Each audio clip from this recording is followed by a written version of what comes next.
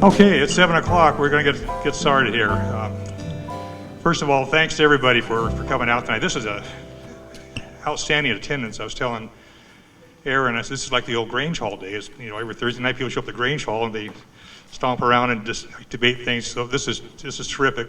I can't think of any time in my adult life where voting's been more important than now. And being an informed voter is obviously a major component of that. This is being sponsored by NAMI. Most of you folks know that. And NAMI is just an acronym for National Alliance of Mental Illness. We're a nationwide organization. A couple of introductions. First of all, my name is Jeff Reed. I'm the Vice President of NAMI. And Gene Beck, raise your hands as we do the introductions. Gene Beck is the President of the Yamhill County Chapter. David Beck, sitting next to her, is her husband. And David's going to be the timekeeper. So our candidates will need to stay focused on Dave so we can keep this moving along. Other NAMI folks that are here have been helping out. Barry Lilly, and where's? Oh, well, I'm getting to Shirley. I haven't forgot about it. Okay. We've got Jan Erden back there, Pauline Maytoxen, Fred. Where's Fred at? There he is. Okay, good. Thank you. And I want to save something. Oh, Sue Brandt is back there. She's been helping at the door, her and her husband. I appreciate that. Did I miss anybody besides Shirley? I don't think so. Well, Shirley Kimball, I just wanted to give a special thanks to. She's really been the engine behind all this. As far as, yes, thank you. Yeah, she deserves it. You know, the phone calls you've been getting, the letters, and all that, that's all, you know, because of what she's done. So we appreciate her efforts, not only for this, but for NAMI as a whole. A couple of things on the housekeeping things. First of all, can everybody hear me? Okay, all right. Since the mask mandates, I didn't realize how much I read lips until people started wearing masks, you know, and so I know how important it is. I have a little more sympathy now for those that are hard of hearing. So if for some reason you can't hear the speakers, either myself or the candidates, just give me this and we'll try to make some adjustments up here. I want to introduce our candidates. We did invite everybody. The ones from representatives or the candidates for District 6 had conflicts and couldn't be here, but Representative Hannah Scharf, okay, and as for House District 23 rather, and Chris Wright for District 23, for House District 24, Victoria Ernst, okay, and Lucetta Elmer, okay, and for Yamhill County Commissioner, Position 1, Beth Waitowski, and Kit Johnston. Thank you. Well, I want to thank our panel for being here tonight.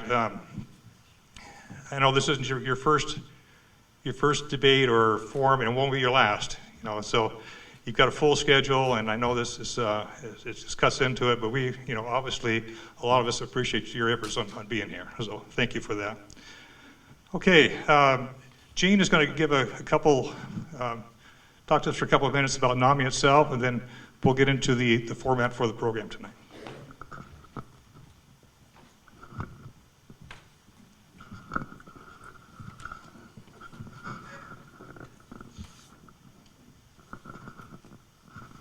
Good evening. I'm Jean Beck, President of NAMI Yamhill County. Thank you for joining NAMI Yamhill County for our Candidates Forum. Before we begin, I want to note that this week, October 2nd to 8th, is Mental Illness Awareness Week, and World Mental Health Day is October 10th. So we're delighted to have you with us tonight. We welcome all of our candidates this evening and thank them for coming here to share their thoughts about their candidacy and how they can be of help in advancing NAMI's goals in alleviating the burdens of mental illness. Finally, I want to express our appreciation for their volunteerism and time-consuming commitment to run for and serve in public office. As you may know, NAMI, the National Alliance on Mental Illness, is America's largest grassroots mental health organization, whose mission is to improve the quality of life of individuals living with mental illness and of their families and friends through support, education, and advocacy. NAMI Yamhill County is one of 15 affiliates in Oregon and one of 1,100 nationwide. NAMI sponsors educational events, support groups, and classes to help individuals and families understand better how to live with mental illness, begin the process of recovery, and sustain wellness. Importantly, we work to influence and improve state and local healthcare and government systems as they relate to individuals and families affected by mental illness. And now I'll turn the program back to Jeff. What we're going to be doing is the candidates will have 1 minute for introductions. They'll talk about what geographical area they're covering, what experience they've had in dealing with mental health illness or advocating for more extensive treatment. And then once we're through that, then we'll start on the questions. The NAMI Forum Committee came up with 5 questions that we'll ask each of the for each of the districts and county commissioner. And since we're NAMI, most of the questions around mental health issues. So that's kind of our the theme. The candidates were not given the questions ahead of time. They have given the topics, but not the questions. So what you're hearing tonight is what was already on their minds. So, and then they have 2 minutes apiece to answer the question, and Dave will give you the 30-second or whatever, 30-second thing to finish up. And what we'll do just to keep an order to it, for example, we'll do Representative Sharp, if you go first, well then, Chris, you'll go next, okay, and then we'll keep them together so they don't get the opinions mixed up from the districts. Okay, so we'll walk through and we'll rotate each time we go through that. So you're not first every time. Okay, maybe you want to be. I don't know. So, and then once we're through the questions, you've had your chance to write down the questions and get them to Pauline. Pauline, where you at? Over there. Okay. And then Pauline and okay, got been picked up. Okay, good. They're going to go through them and make sure we don't have any duplicates or anything like that. So we'll go through and ask the questions for as many as we have time for, and then we'll wait for we'll give ourselves about 15 minutes, and the candidates will have 1 minute for closing comments. And I would ask that a couple things. First of all, no questions by hand. Okay, we got to keep in order. We got a time frame, so we're just going to stick to what we have in writing. So go with that. And last thing, the questions. I wish I should have said this before, but we need to have the questions candidate specific, because we just don't have time to ask all 6 candidates the same question. The more specific the questions are, the more we can get through. So, all right. Well, that being said, let's go ahead and start with Representative Sharp, and you got 1 minute.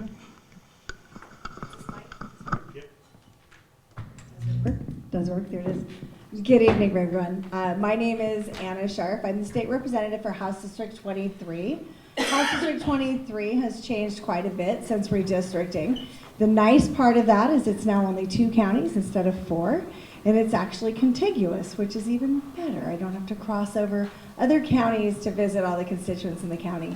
So it runs from the Polk County line all the way up into Newburgh, about to the Rex Hill area. My experience, my very first experience with actually dealing with mental health was in 1988. And okay, I shouldn't have said that, because now you're going to be able to figure out how old I am. But in 1988, I was a sophomore in college at Southern Oregon State University, and as a part of my degree program, I decided to take a psychology class. Why not? Sounded very interesting. I was still kind of undecided as to what I wanted to do. As a part of that class, I actually was a volunteer for the Suicide Hotline Prevention Program down in Southern Oregon. And it was an eye-opening experience. It gave me the opportunity to understand a lot more about what folks were going through. I had never seen that in my life. I was very blessed with a great family and growing up in a really wonderful household that was very supportive.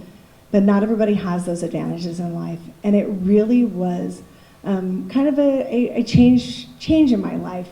It wasn't a field that I felt I had the skills to go into or the patience, because it does take a very special person to do that. But it was a great exposure. So thank you very much, and I really appreciate you having me here tonight. Chris Wright. Good evening. Testing, 1, 2, 3. Good evening, everyone. Thank you for everybody for coming here this evening, taking time. Use the mic. This close? Yes. Okay. We want Fran to be able to hear, don't we, Fran? Anyway, I'm Chris Wright. I'm the candidate for House District 23, running against Anna Scharf, the incumbent. I'm also the Planning Commissioner Chair for the City of Newburgh. And my first, well, okay, it's not my first experience. What my real true experience was, I was in an elevator free fall at the VA Medical Center here in Portland, Oregon. And I did not know what PTSD was, and I could have learned about it all day from books, interviewing people or veterans. And it wasn't until I experienced this personally that I realized the trauma, absolute brain lock you can go through, and the need for counselors, people in the community to come forward and help each other. And that's how I healed. One of the professors at George Fox University was a wonderful person in my life. He's a psychiatrist, and he was my psychiatrist for 10 years and helped me with behavioral issues so I could get back to life and not be so afraid and heal. And I suffered some great injuries, but my brain was the very, very last thing to heal, and it was the hardest. And I hope to serve and do great things for this community. Thank you. Victoria. Do you have a time card that's more like another one besides 30 seconds? Okay. All right.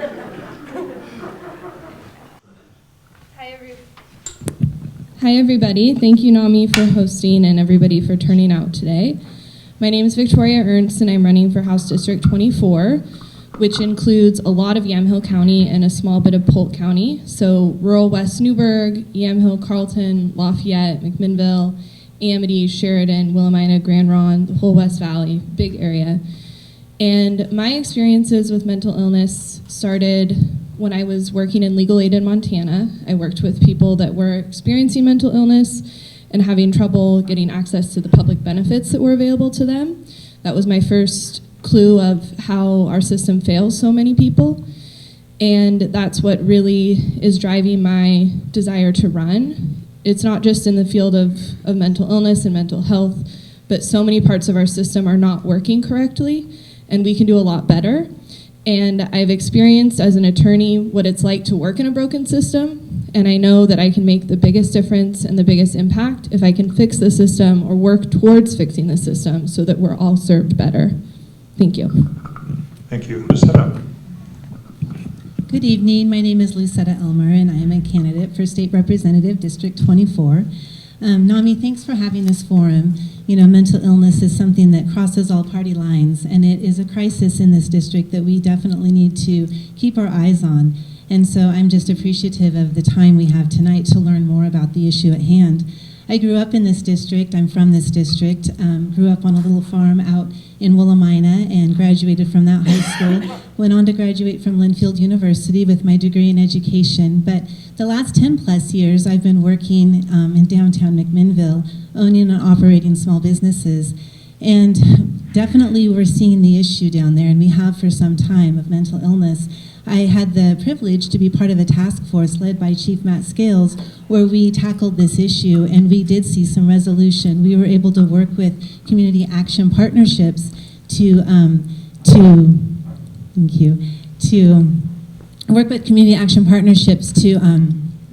get the resources needed to people with mental illness and help them. And we do that every day. So again, thanks for having me, and I look forward to the evening.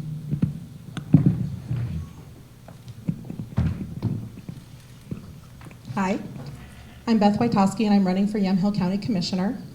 I have quite a bit of experience working with different populations experiencing mental illness.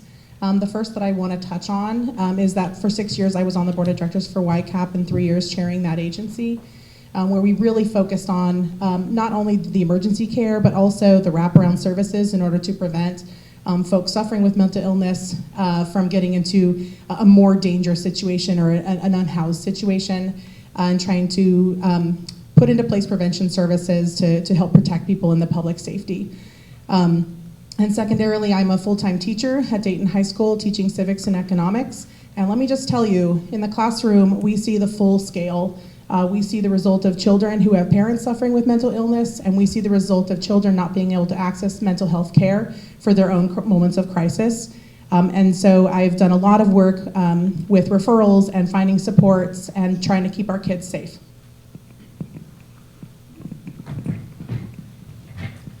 Hi, my name is Kit Johnston, 5th generation Oregonian.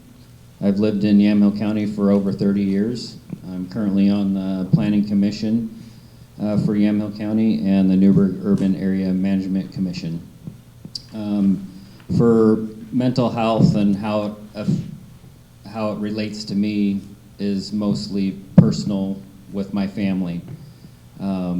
Government-wise, outreach-wise, it's stuff that I'm still in the process of learning, but I know the interactions that I've had from the family side of it, and that would be my connection for our behavioral health.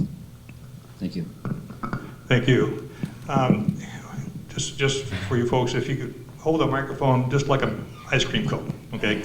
Yeah, because the bass, we can't adjust the treble, and the folks in the back are having kind of a hard time. They hear a noise that's not real audible. Okay, so, all right, well, let's get into our questions. Question 1 has to do with aid and assist, and I'm going to take a minute and explain what aid and assist is to the audience, just in case some aren't familiar with it. Aid and assist is a term you're going to hear quite a bit when it comes to available beds at the Oregon State Hospital, why we can't get people in there, that type of thing.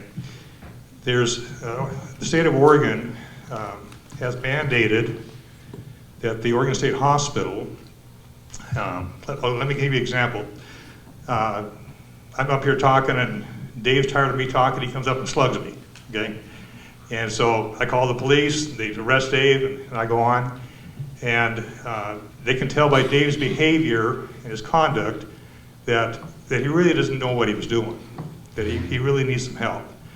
So in Oregon, by law, I forgot how many days, I don't know if it's 21 or 14 days, once the judge says this person must be treated medically, psychologically, and receive mental health treatment, so he can aid and assist in his own case, then that's where the aid and assist comes from. Now, like I said, I forgot how many days, whether it's 14 or 21, that the state hospital has to get these people in for treatment. They've been in contempt of court several times because they don't have the beds and they don't have the staff. So you can't take people in that you can't serve. But it's kind of I served in the hospital's advisory board for a while.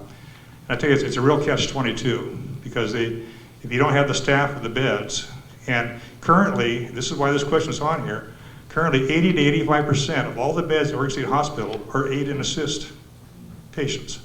So our ability to put civil commitment people in is limited, and you can't fill all the beds because people have to progress through the system, And so it's a tough one, yeah, but it's one that we need to get a handle on. I don't like to say, I think the word crisis is overused, but it's certainly a concern. It's something we need to address. So everybody kind of understand the premise, the question on that? Okay, so the first question. Aid and assist has taken over our state hospitals at great cost to our acute care beds, our emergency rooms, our families, and our communities. Given your position, what do you see yourself proposing or supporting to correct this problem facing our state and our counties? Representative Sharp, you go first, please. Thank you. I was actually in a meeting this week with the Marion Polk, Yamhill County, Marion County Commissioners and elected officials, basically Congressional District 6 elected officials, and every DA that was there representing and every sheriff that was there representing was talking about this crisis and what are we going to do. So Judge Mossman came out September 1st and said that we, the state of Oregon, were in violation of our own ORS for holding folks that were in the state hospital without giving them due process. I personally have worked with Judge Mossman on other cases involving some farmers, and I will tell you that Judge Mossman is a very fair individual. All he did was interpret the law. Unfortunately, that doesn't help the situation that we're in. Our county facilities, our county jail facilities, don't have the capacity to necessarily, not all of them, but most of them don't have the capacity to take these individuals back into care until they are able to be processed, able to be stabilized in order to defend themselves. And that's the whole point in this, is misdemeanors, nonviolent felonies, and felonies are all levels of different timelines for when they are required to be able to participate in their own trial, to be able to participate in this, and that's where the violation was. The problem that we have is we don't have anywhere to send them. If we send them back to the counties don't have places for them. If we send them back to county, to city, or to, community treatment programs, we don't have places to send them back. In 2021, the Oregon legislature passed a really significant bill, 2417, which should have alleviated some of that. It was also the mechanism that gave us 988 funding, which hopefully we'll talk about later. But the $10 million that was facilitated in that went only to Eugene. It didn't go statewide. It didn't go to touch a lot of communities. And until we focus on how we can better do these community treatment programs, we're simply just catch and release. These folks are going to end up back in the system, and that is not good for anybody. Okay, thank you.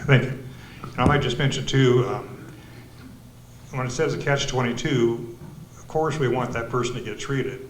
But the other side of that is that you got victims. So you've got a prosecuting attorney saying, hey, what about my person that was assaulted? What about the person that was robbed?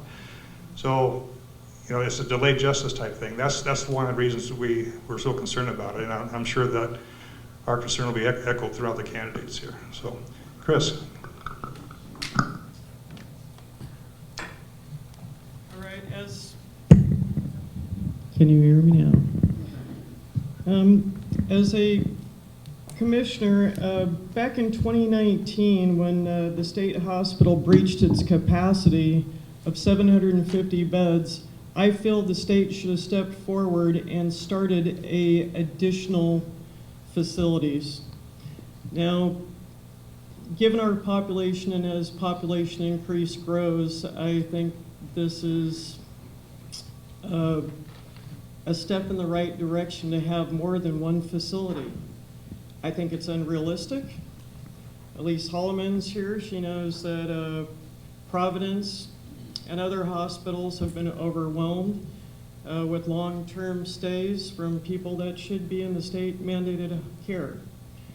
And it will never be breached in the existing form that it is, and it needs to have more beds. And the only way they're going to do that on that property, given its historical significance and other land use laws, there needs to be more facilities to house those people, as well as some of the new House bills that were passed in the 2022 legislation special session have allowed for increased,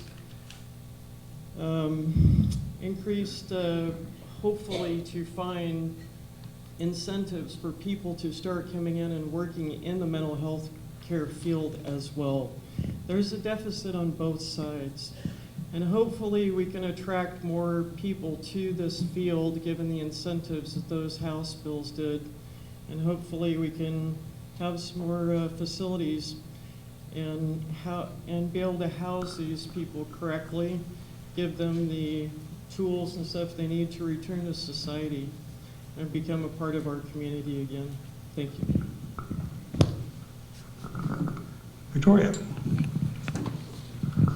Thank you. This is a really important question. My background as a lawyer, some of the first work I did was as a public defender, and so I think this is also tied very closely to the public defender shortage that we have in Oregon. We are over 1,200 public defenders short, which is a huge deficit, which leads to these really long pretrial detentions anyway. And this particular part, the aid and assist, the MINC requirement is what it's called, that the jails can only hold these people that are not fit to represent themselves for so long before they need to be in treatment. But the treatment that they're getting at the state hospital isn't the treatment that they really need anyways. So there's a lot of complicated factors to this. We need to make sure that we are focusing more on rehabilitation for criminal defendants, and especially people that are experiencing mental illness or mental health issues, that the focus should be on rehabilitation in those cases. And we need to make sure that we're investing at the state level into more programs so that people can access mental health care, so that they aren't in these situations and don't end up in the criminal justice system to begin with. But as far as leaving them in jail longer and not allowing them to go through the process at the state hospital, that's not fair either. Most of these people are held in solitary confinement a lot of times, which is really damaging to people that are experiencing mental health crisis. It's just not, the system is not working correctly at all. But there is also the balance that we need to make sure that there's somewhere for these people to go when they're released from that program. Going back out onto the streets without any care isn't good for the communities or for our families or for the individuals that are experiencing that. So there's a lot we can do, and actually Washington County has a pilot program where they're looking at dropping some of the lower level charges altogether, so they would avoid this kind of treatment issue and taking up any space in the state hospital and divert them to other treatment programs, which would be better, in my opinion, for the people experiencing those issues and for our communities. Thank you. So would you mind trying this mic? Sure. Hello? Oh. Is that better? Is this okay? I don't understand that. Okay, all right. Okay, great. So the issue here is a mess. I agree with everyone who's already talked about this. It's not working. There's a disservice happening to everyone involved. There's a disservice happening to the people that are experiencing mental illness. There's a disservice happening to the people that need their day in court to see justice served. There's a disservice happening to the workforce that are at for example, Oregon State Hospital, that maybe aren't equipped to handle everything that they need to handle, or there just simply aren't enough of them. So the whole thing is a mess, and we have ourselves in this. The question was, what would I do as a state legislator to try and give some help to this? I think we need strong leadership. I don't see where the current leadership is making any progress. Money isn't an issue. There's lots of money being thrown at this problem, and I think that we need strong leadership that can really focus on the crisis at hand, make a plan, and follow it through. There's a lot of red tape, there's a lot of bureaucracy, there's a lot of hoops to jump through, and we need to streamline that and focus on this issue and definitely put those resources where they can be the most effective. Once we have that in place, then I think we need to look and see where are the holes, what else needs to be addressed, and then we can focus all of our efforts on addressing that, because it's something we can't take our eyes off of. This is a real issue, this is a real problem, but we need some strong leadership, we need to be efficient, and we need to be effective for all parties involved so that everyone gets the care they need. Thank you. Beth? Yeah, I of course agree with the previous speakers that this is pretty disastrous, actually. I'll also say that it was predictable and preventable. The path to this started in '67, when we said, let's stop committing folks and put them in community treatment centers, and then we didn't build or fund them. And so there's been a shortage of treatment centers, a shortage of providers, and with all the money that has been set aside, and there is money there, it's not actually being put where it was supposed to be put all those decades ago. This is a direct result of a failure to plan. So moving forward, how to best address it, of course, is to make a plan. And Lucetta is exactly right on concentrating that. So one of the issues is that we have little bits of money going to this program and this city and that county and this agency over here. And as it's all broken apart, everybody's doing a little piece. And because it's not truly wraparound, because it's not concentrated, it's inefficient. And as we're seeing, it is ineffective. When those folks who are waiting to become fit to defend themselves, when they're put into jails, the suicide rate for those folks is incredibly high. So they're not getting what they need because they're not getting adequate mental health treatment in a jail facility. And the beds are simply not available anywhere else. They should be. They should have been the whole time. And that's why it's incredibly important to elect people who are capable of putting in comprehensive long-term plans instead of coming up with short fixes or dismissing programs that just aren't working without coming up with a replacement first. Thank you. Thank you. Thank you. Kit. So Lucetta nailed this on the head when she said red tape. That's exactly what it is. 2 years ago, right now Yamhill County is going through this. The aid and assist, there is somebody coming back from the state hospital right now, and we're scrambling trying to put between the Board of Commissioners and between the Sheriff's Department and between Health and Human Services to figure out how we are going to house this person that's coming back and deal with the situation. But the red tape part of this, there was a Willamette Behavioral Health Hospital that was going to go into Wilsonville.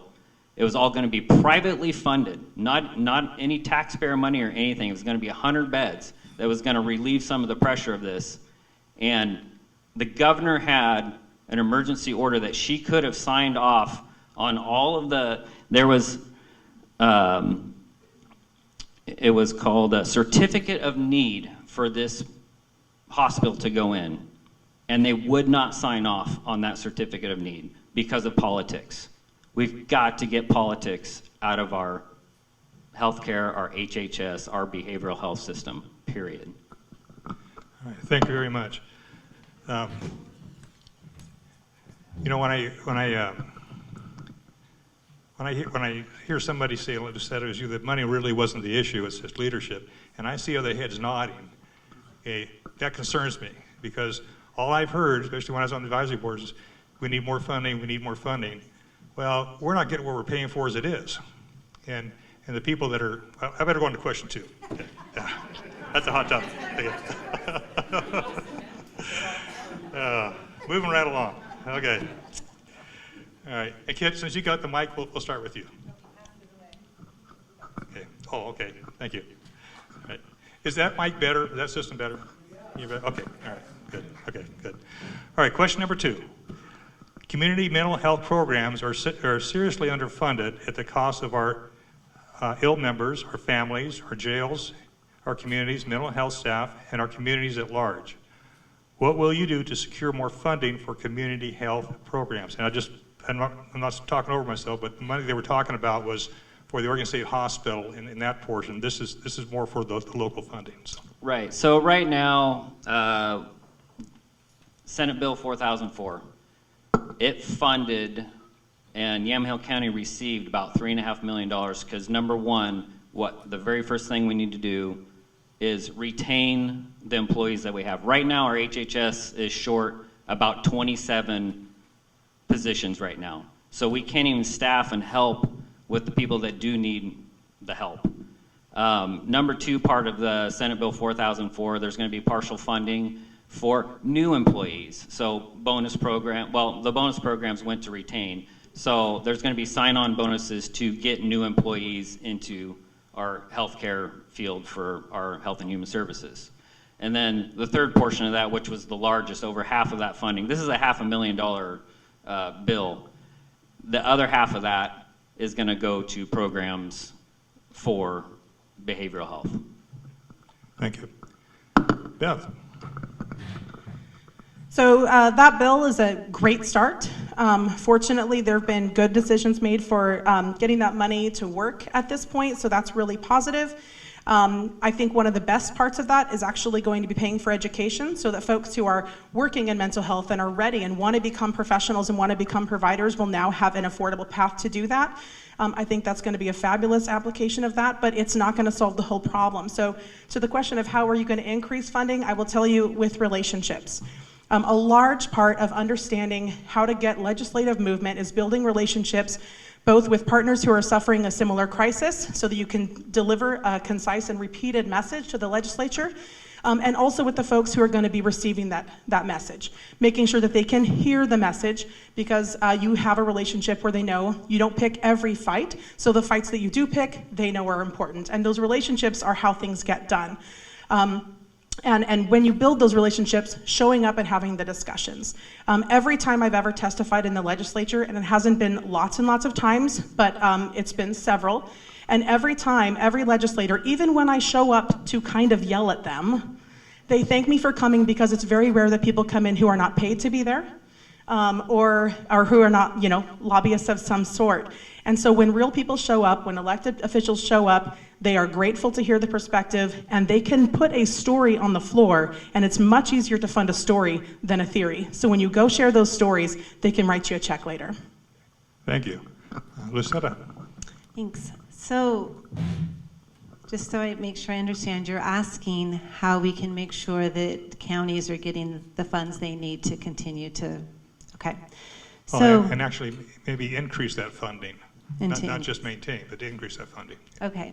So, I want to make sure that we are helping the mental health issues, that we are identifying the needs, and that we are funding the programs that can give the help where it's needed most. I think I might disagree that the funds aren't there. I think they are there. In fact, Measure 110, because of Measure 110, we have the Burns Grant money that comes directly to the counties. And I was speaking with one of the executive directors for Provoking Hope, and she was saying that, the funds are there. They're promised, but they're not in their hands. There were funds that were allocated just last year in July of 2021, and they were promised to be here this year by July, and I think the first part of that money was received maybe a couple weeks ago. So it's hard for those programs to continue, and it's hard for them to be told that the funds are there, but then again, we go back to the bureaucratic red tape and all the hoops that we have to jump through, and it slows the process down. Again, lack of great leadership, lack of efficiency. So I want to support the communities 100%. I want to tackle this. I want to see the mental health community get the help they need.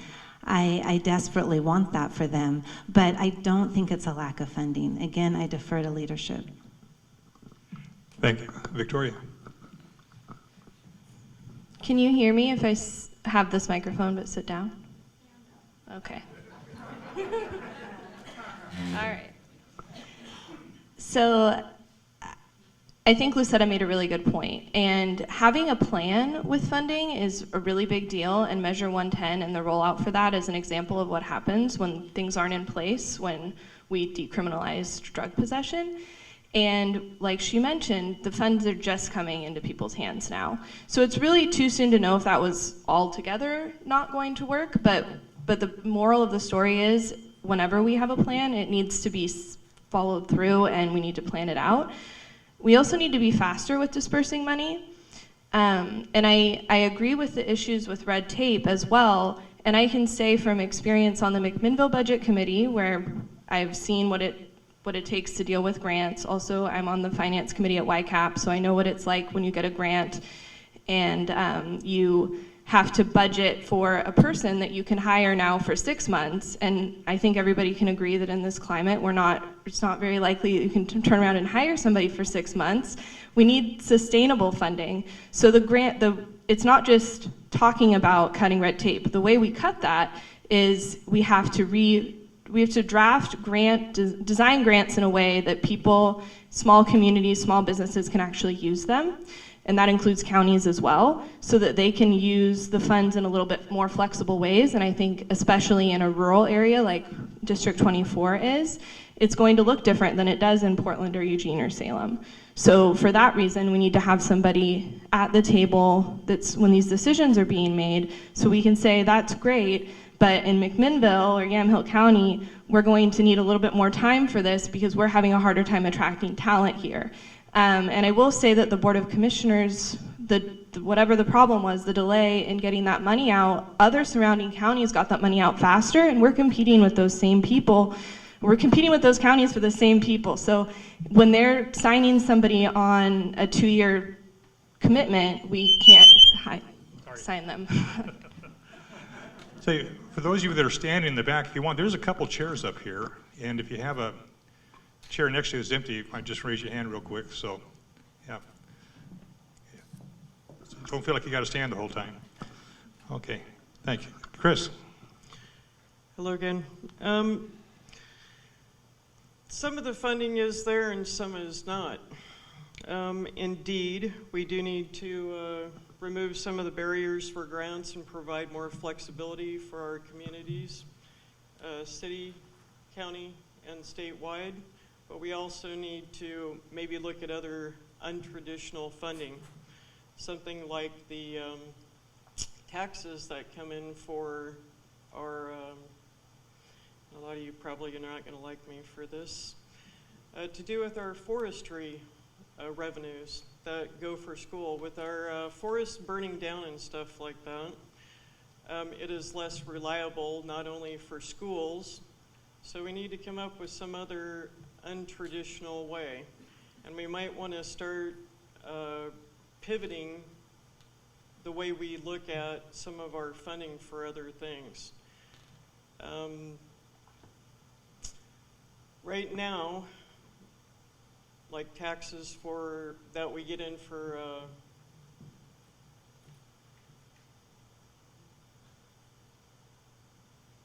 whoops, I'm sorry. I'm thinking of something else.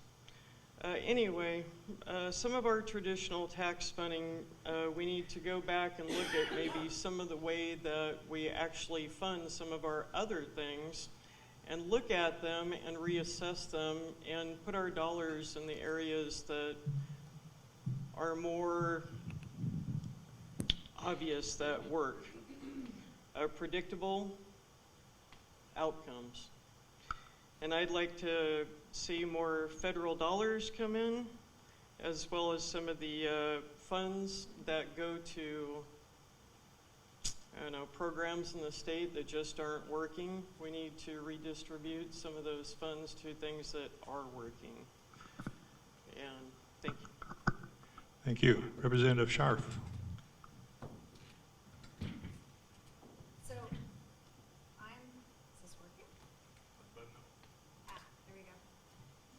So I'm going to take a little bit different tact on this. I'm worried about funding. I am absolutely worried about funding going into 23-25 biennium. We have enjoyed a very fat pot of money for the last 4, 5, 6 years, especially during the pandemic. Federal money is our money. The federal government gets their money from us. So when we say we need the federal government's help, we're helping ourselves. They're taxing you to get that money. They're printing it, but eventually our great-grandkids are going to pay for that. So I'm very concerned about where the money's going to come from to either continue some of these programs that we've put in place in 2020, 2021, 2022. Good programs, continuing education for mental health providers, incentives and bonuses for attracting folks to our industry. Trust me, we need to attract a workforce. I'm not sure where everybody went the last 2 years. They've disappeared in every industry across this state. And I know not that many of them moved out of the state because we got a new congressional seat. So something had to have happened. Where did they all go? But I'm seriously worried about where we're gonna get this funding, because we can say that we want new programs and we want to fully fund, but where are we gonna get it from? If we do have the money, and we put the money into it, I think the second part of that is funding accountability. Are we funding programs? Are we funding community-based mental health programs, or programs that are in hospitals, or programs that are in prison systems, jail systems? Are we funding those and making a difference? The biggest problem we have in Salem is we have no feedback loop. We never go back out and say, how many people did you help with that money? What were the long-term outcomes? Did they stay out of treatment? Did they stay out of jail? Did they get their family together? We've got to have accountability in Salem, and we haven't had it in a long time. Thank you. Okay, I'll keep my comments to myself and go to question 3, this one. We got to be out of here by 9, so. Okay. Thank you, by the way, appreciate it. Question 3. Long-term supported housing is a high need for many who experience mental health challenges. Yet few supported housing programs exist. What will you do to create more housing options for our mental health clients? And Chris, if you start this one, I'd appreciate it.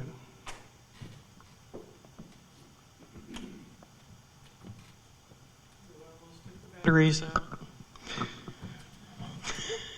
Wouldn't that been a good one? All right.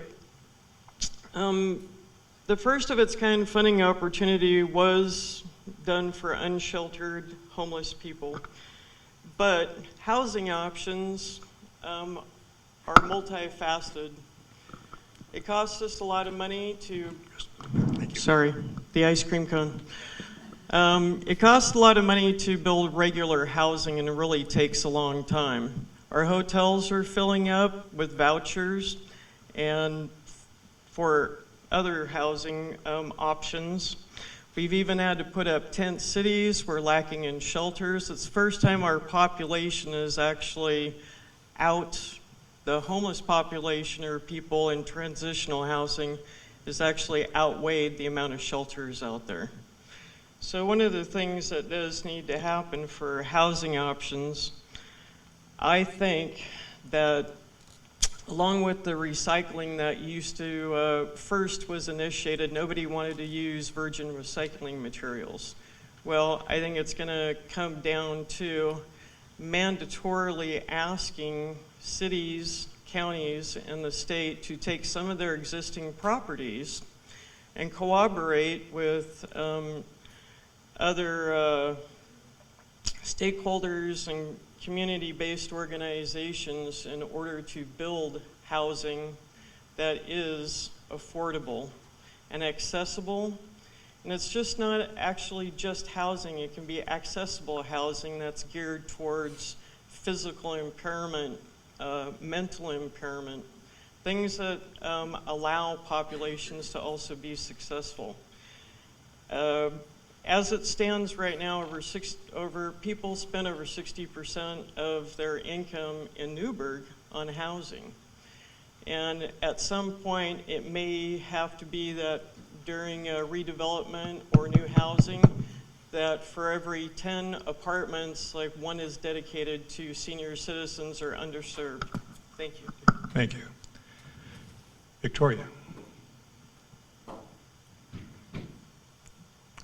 I'm just going to go down your way, then I'll bring it back. I'll give... If we don't want to break it up, we should do... Oh, you're up. Thank you. You got to keep that moderator straight. Okay, thanks. But technically, as state representatives, we all have to work together. So I don't think mixing up the state representatives is a bad idea, because eventually 2 of us are going to be sitting across the aisle together on the floor of the House. So, and we'll be working with one of the 2 at the end of the table. My father was a contractor. I grew up in a construction family. My grandfather was a contractor. My uncle's a contractor still. He's 77, but he's still a contractor, and I make him work hard when I need stuff on the farm. And my cousin's a contractor. My cousin left this state this summer. He went to Texas. Why did he go to Texas? Because it's easier to build houses in Texas. He can build affordable houses. We can't build affordable houses in this state, whether we want workforce housing, or we want mental health housing, or we want family housing. We can't build housing in this state because the state of Oregon has decided to pile on so many rules and so many regulations that it's impossible to build here. We've tried little baby steps. We've tried saying that you can have an EDU, a mother-in-law's quarter, a family quarter in your backyard within a rural residential area. You can have that in town. We've always actually had that, by the way. Counties could always permit that. It was permissible based upon counties. But we haven't taken the big steps, and I think the big steps are actually not anything new. It's rolling back what we've done over the last 20 years and get government out of the way and let us build more housing. One of the things I did in 2021 session, or 2022, excuse me, I was appointed in 2021, but 2022 is to get a $2 million grant for the city of Newburgh for a public-private partnership for workforce housing. Not labor housing for a farm, I'm a farmer. This is workforce housing. These are people with good paying jobs at ADEC, working at George Fox University, who can't afford to buy a home in Newburgh. Chris is absolutely right. The cost of housing in Newburgh is too high. The cost of housing across the state is too high. The solution is public-private partnerships and getting government out of the way. Thank you. Okay, now Victoria.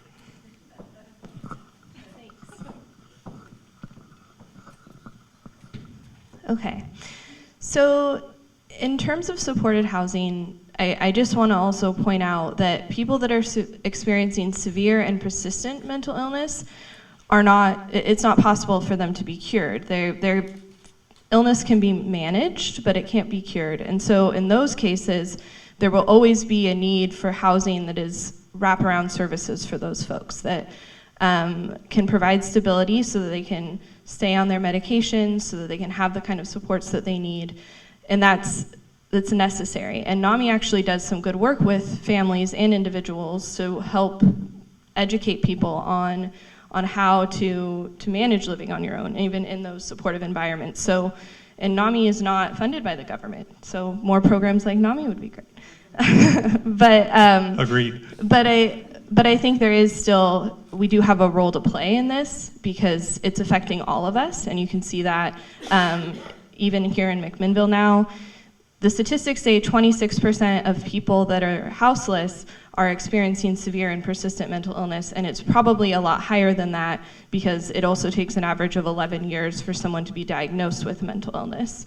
So they're suffering for a long time before they're even accessing services, and really barely over half of people that are experiencing severe and persistent mental illness have care in place and have access to care.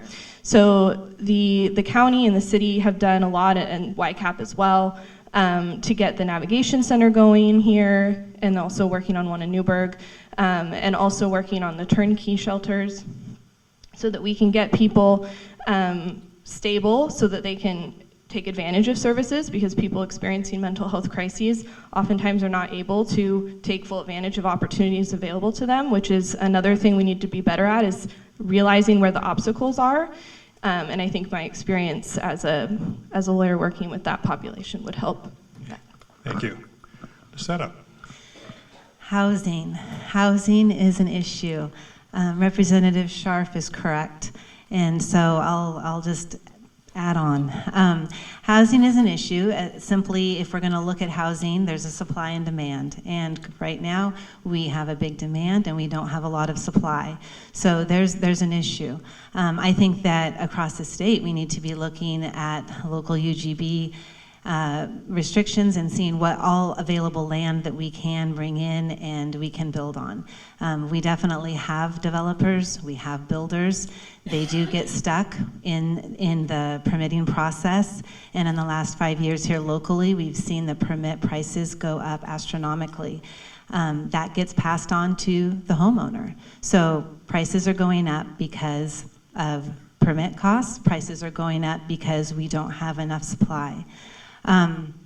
For mental illness, specifically, I think that one example I could give would be a private-public partnership.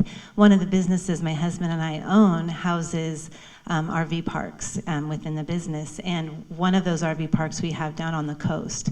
And we work with a community action partnership that provides housing, or that has vouchers, and they work with veterans who have mental illness. And so we provide housing for them. We work closely with these community action partnerships, and it's been a very successful model. I think that could be duplicated throughout the state.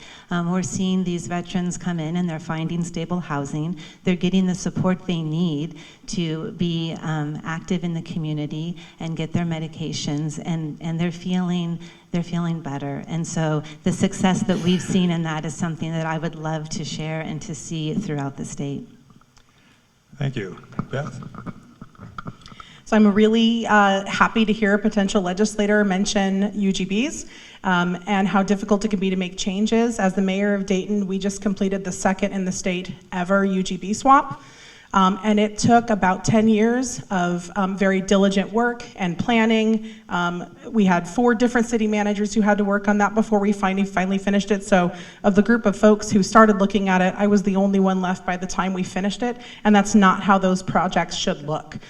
So I'm really happy to hear that maybe we would be looking at something like that.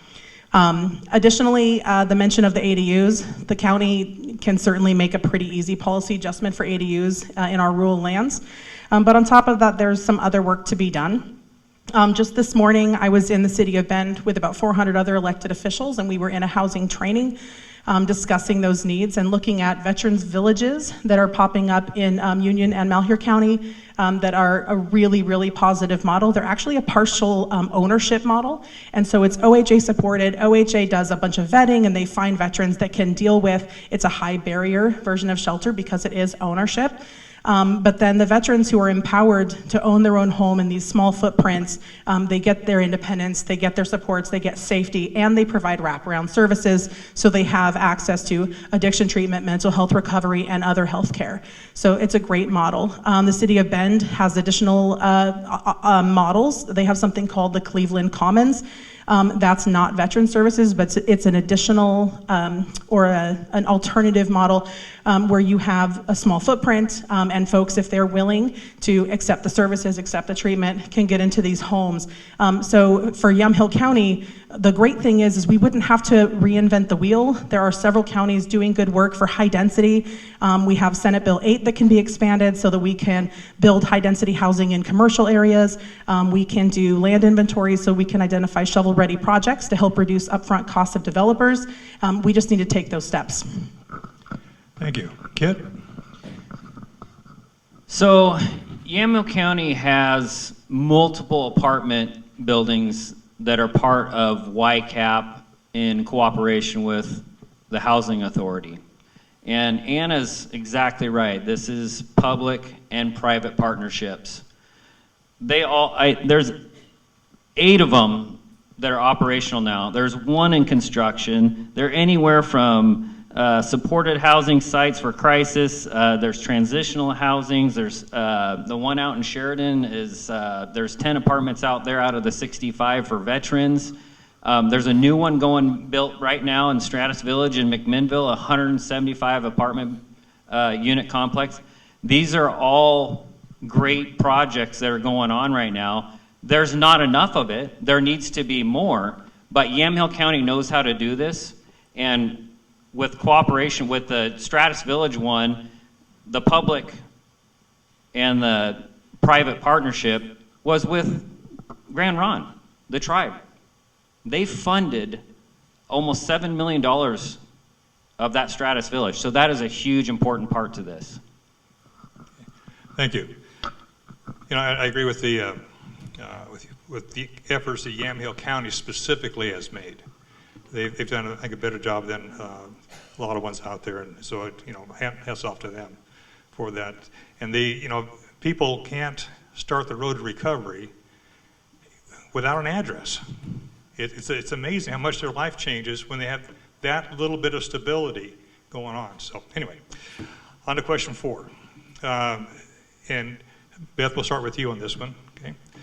Question about 988, and this question is kind of wordy, so I'm going to give you the Reader's Digest version on it. Okay, so 988 was approved by the federal government, being rolled out, but basically they've said that counties, states, you're on your own to implement this thing. Okay, so what are we going to do as a county to implement 988? Now, 988 is the suicide hotline, the equivalent to 911.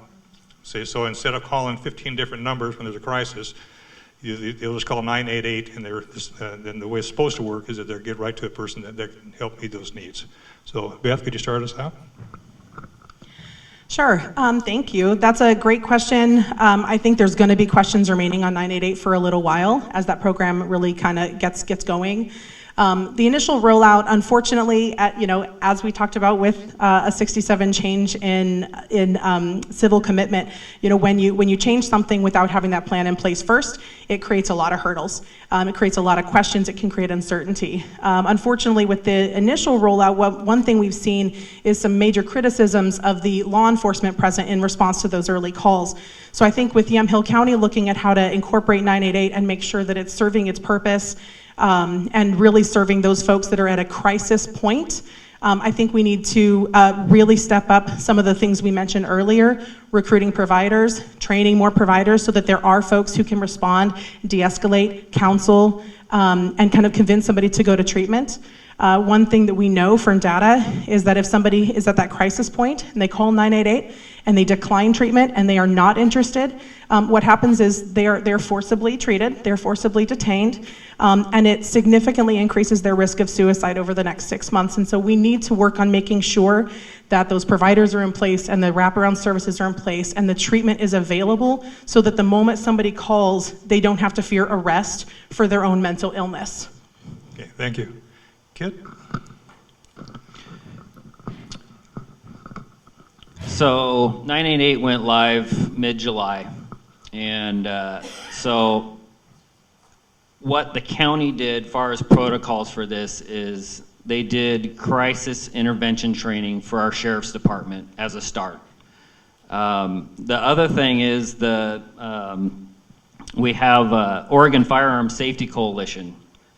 They did in-house training for HHS they did it for suicide prevention if somebody was going to call. It was that extra little bit of training that they could do if anybody, because when you call 988, it actually transfers based on your area code. And so it was just a little extra training that the Yamhill County could do for the Sheriff's Department and for the HHS. Okay, thank you. Lucetta.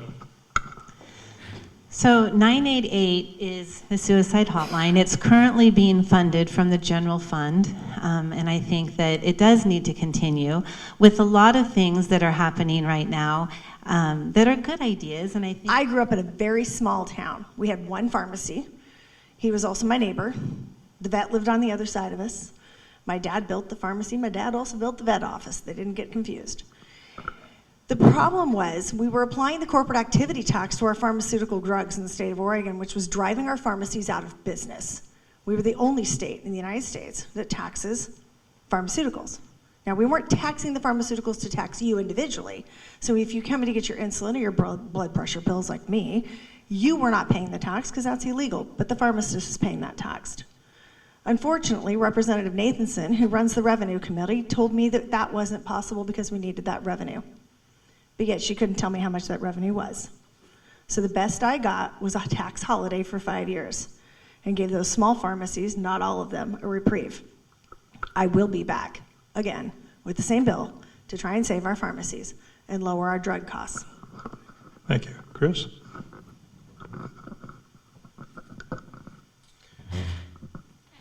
I want to bring up the fact that in other countries and other places, they have the same medications that are over 75% less.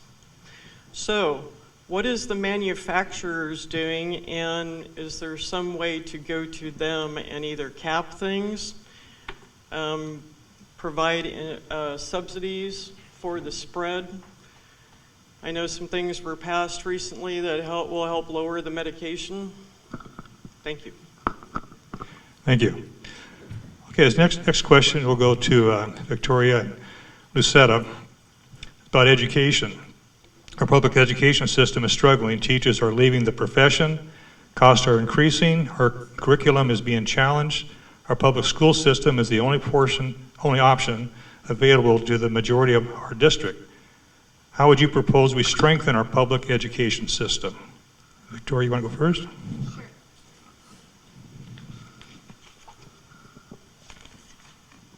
So I'll tie this back to mental health too, all right? So suicide is the second leading cause of death for kids from age 10 to 14, which is huge. And here in this district, I was door knocking in Sheridan the other night, and I learned that Sheridan doesn't have a counselor at the high school. So it isn't just that we don't have teachers and we're not funding public education to the level that we need to educate students. We're also, schools have become a place where children get their meals, where children, really it's the only interaction possibly with somebody that would be able to pick up on issues of child abuse or mental health issues at the home or mental health issues with that child. And we're failing kids because we aren't funding public education. Okay, thank you. Lucetta. Thanks. As a former educator and a mom, my heart goes out to the children. And when I say the children, I mean the tens of thousands of children that have been identified in the state of Oregon in K through 12 that are struggling with depression and other mental health issues. That is huge, and that hurts my heart, and we need to address that. These are our future leaders. This is the next generation. We can do better for our children, and we should do better for our children. I don't think that, again, that it's a money problem. I think that it's how we are allocating those funds, and I think that we need to look at where the crisis is and make sure that those dollars are being spent wisely and taking care of our children so that they can be the very best they can be, because they deserve that. Thank you. Okay, this next question is going to be for Beth and for Kit. What specific applicable experience do you have that will help our mental health crisis in our local community? Can you please give some examples? Beth? Sure. So as I mentioned earlier, I worked with the board of directors for YCAP for 6 years and became motivated but very sad at the situation and the barriers to accessing mental health care. I think our biggest issue in Yamhill County for getting access to supports right now is the lack of providers. But there's additional issues within the staff related to pay equity, respect of professionals, and several other issues that contribute to retention outside of just the training and the willingness to do the work. And then second, I've had so much work with students struggling with mental health, especially coming out of COVID.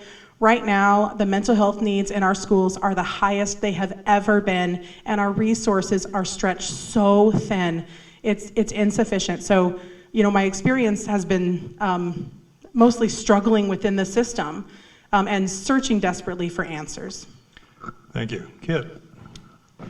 I agree with Beth. Our schools are lacking in communication and counselors, and even Lucetta brought it up.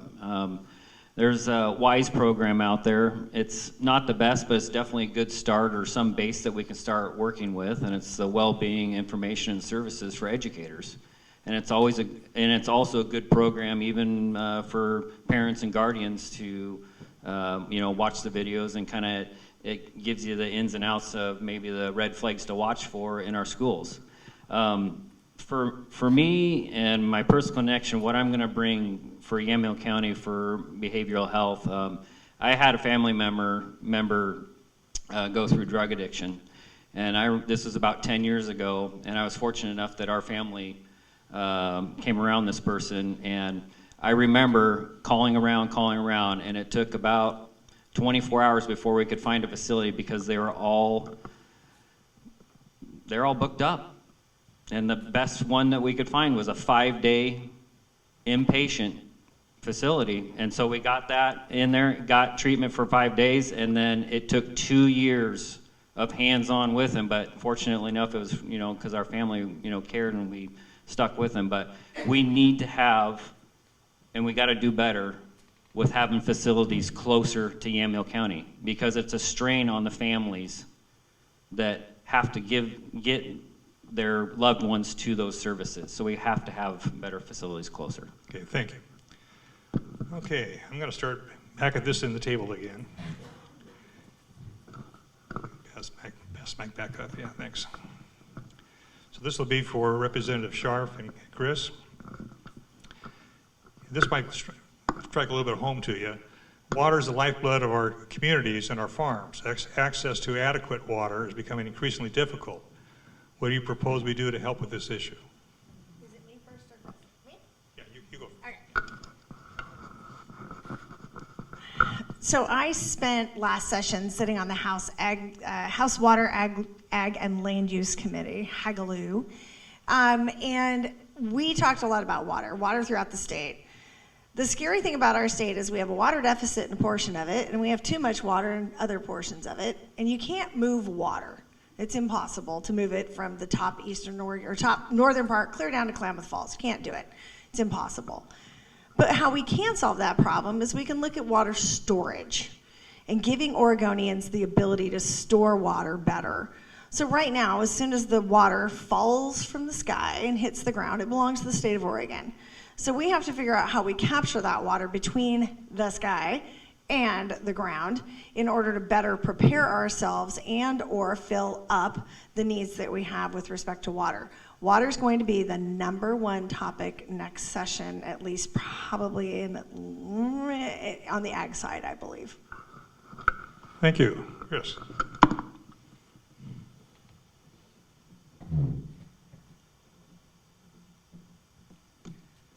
Okay, first of all, not true.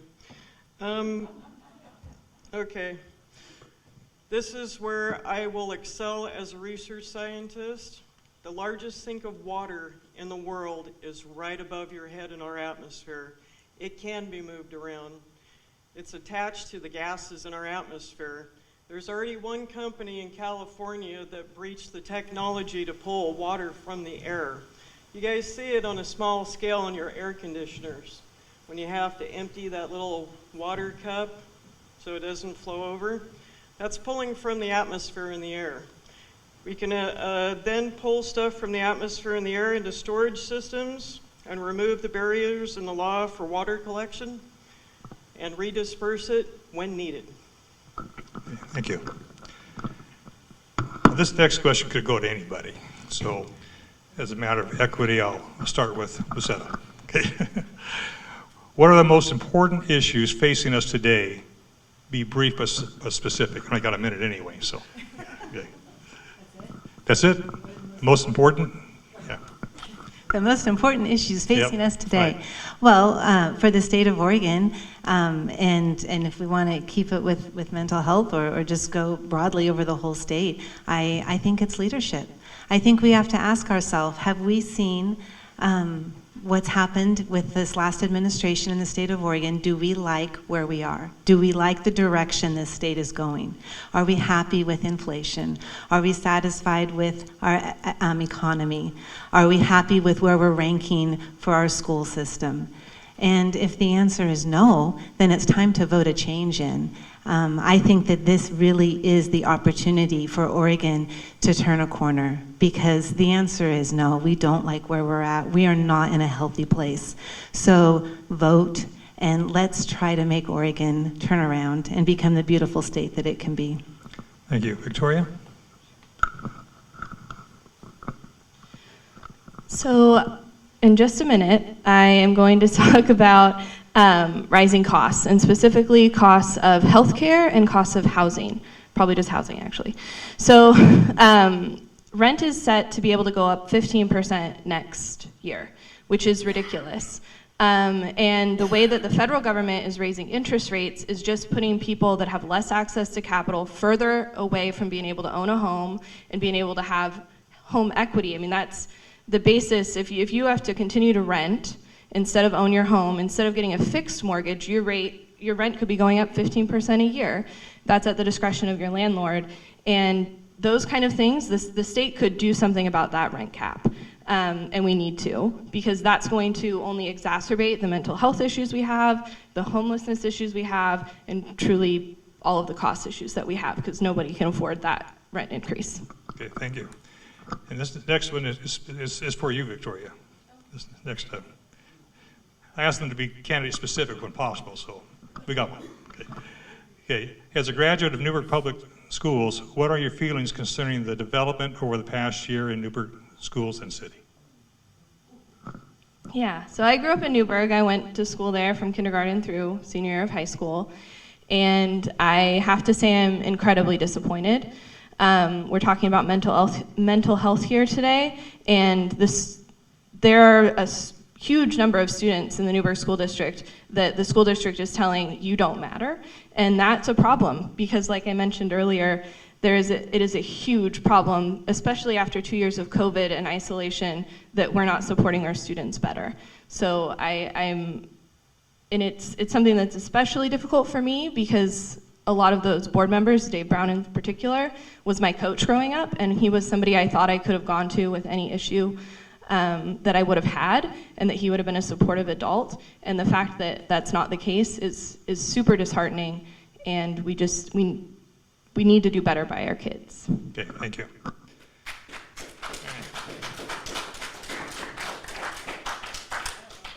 Okay, this next one could probably go to anybody too. So, Beth, you're closest.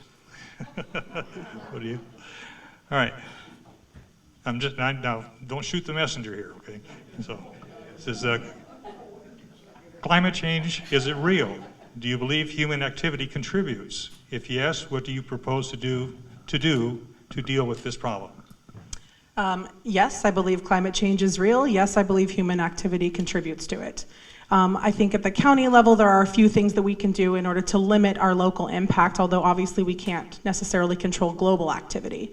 One thing we can do is address the landfill issue. We've had long-term discussion over what to do about Riverbend landfill, whether or not an expansion or a new permit would be issued. I do not support an expansion for that. The threat of closing that down was that our rates would significantly increase. That is not the case. That has not been the case. And I will tell you that in the city of Dayton, we negotiated a different franchise agreement than all of the other Yamhill County cities because we held them to their agreed upon rate increase when we discovered that the city of Warrenton was paying a lower rate than we were, even though we were being told our rate was premium because it was in our backyard. Thank you. Kit, do you want to respond? I live in Dayton. My garbage rates went up. Not the city. County.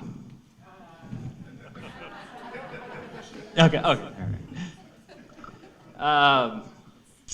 Climate change, not man-made at all. I believe it's the natural progression of what we're going through right now. I do believe that we need to start storing water. I love the storage aspect as a farmer. We need to be more productive with our farm ground. We have a lot of non-irrigated farm ground, and the more we can store in Yamhill County, I think the better production we'll get, the better crops we can grow, the more farmers will make, the more taxes they'll pay into Yamhill County.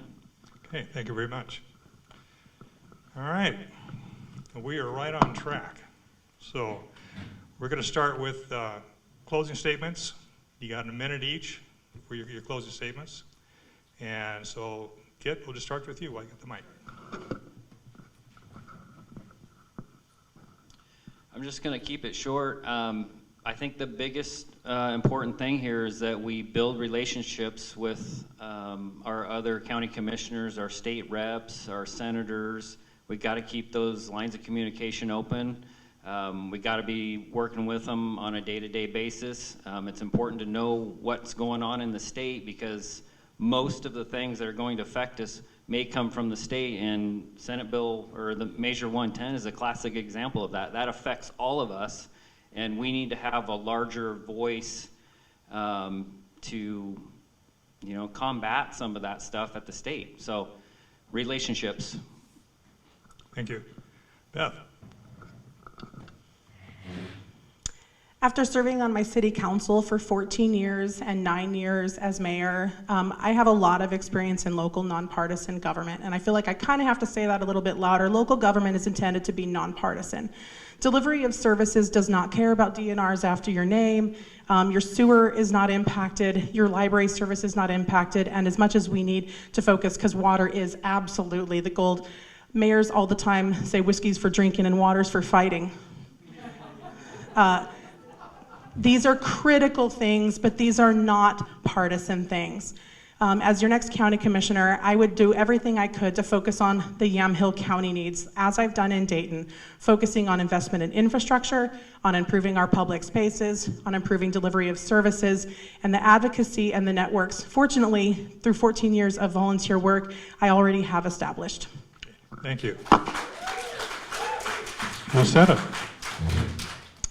Thanks for having me. Thanks for hosting this tonight. This has been great. This has opened our eyes up to a lot of issues that we're facing right now, and I'm again thankful that we've had the opportunity to discuss it, to hear questions from you, to hear perspective from NAMI, so thank you. I think we live in a community here in District 24 that is extremely generous.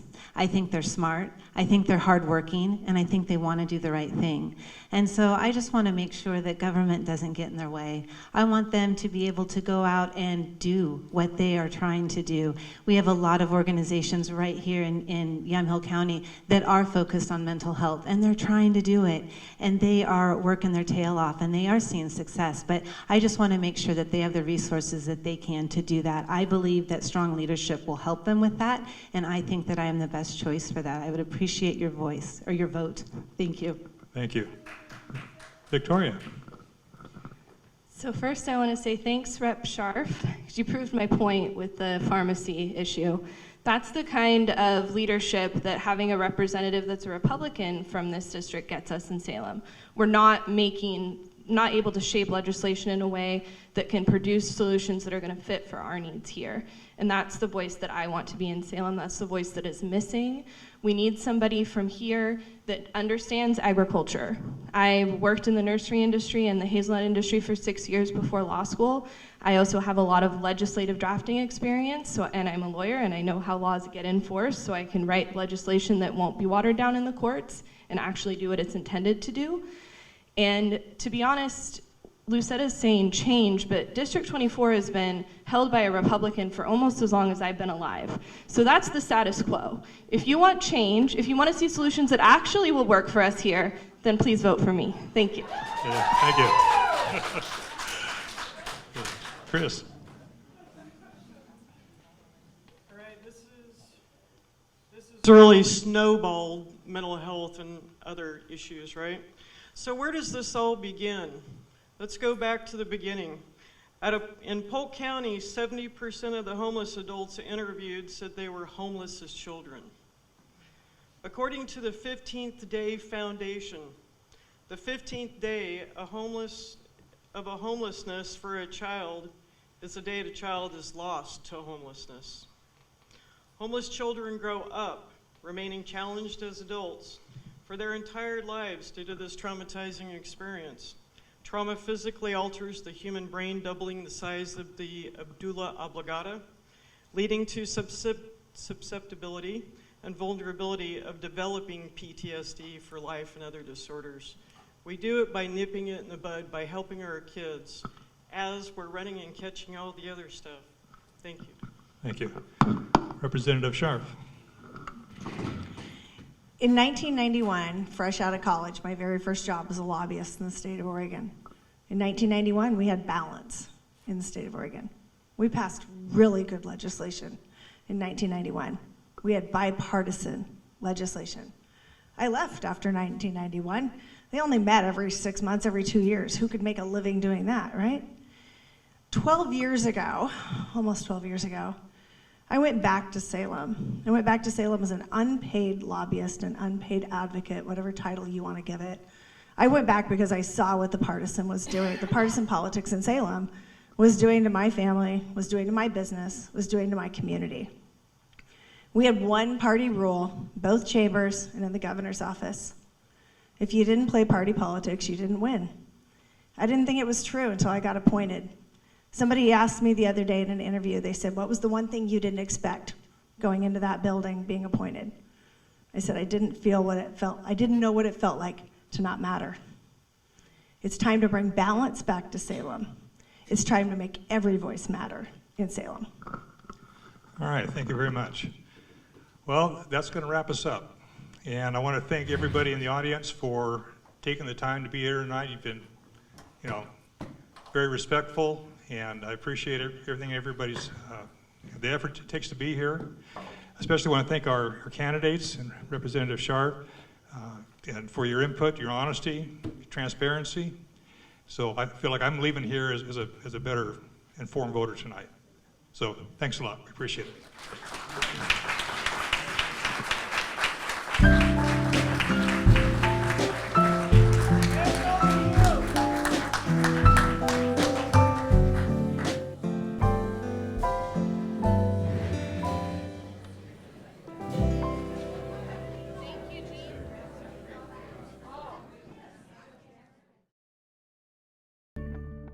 Thank you.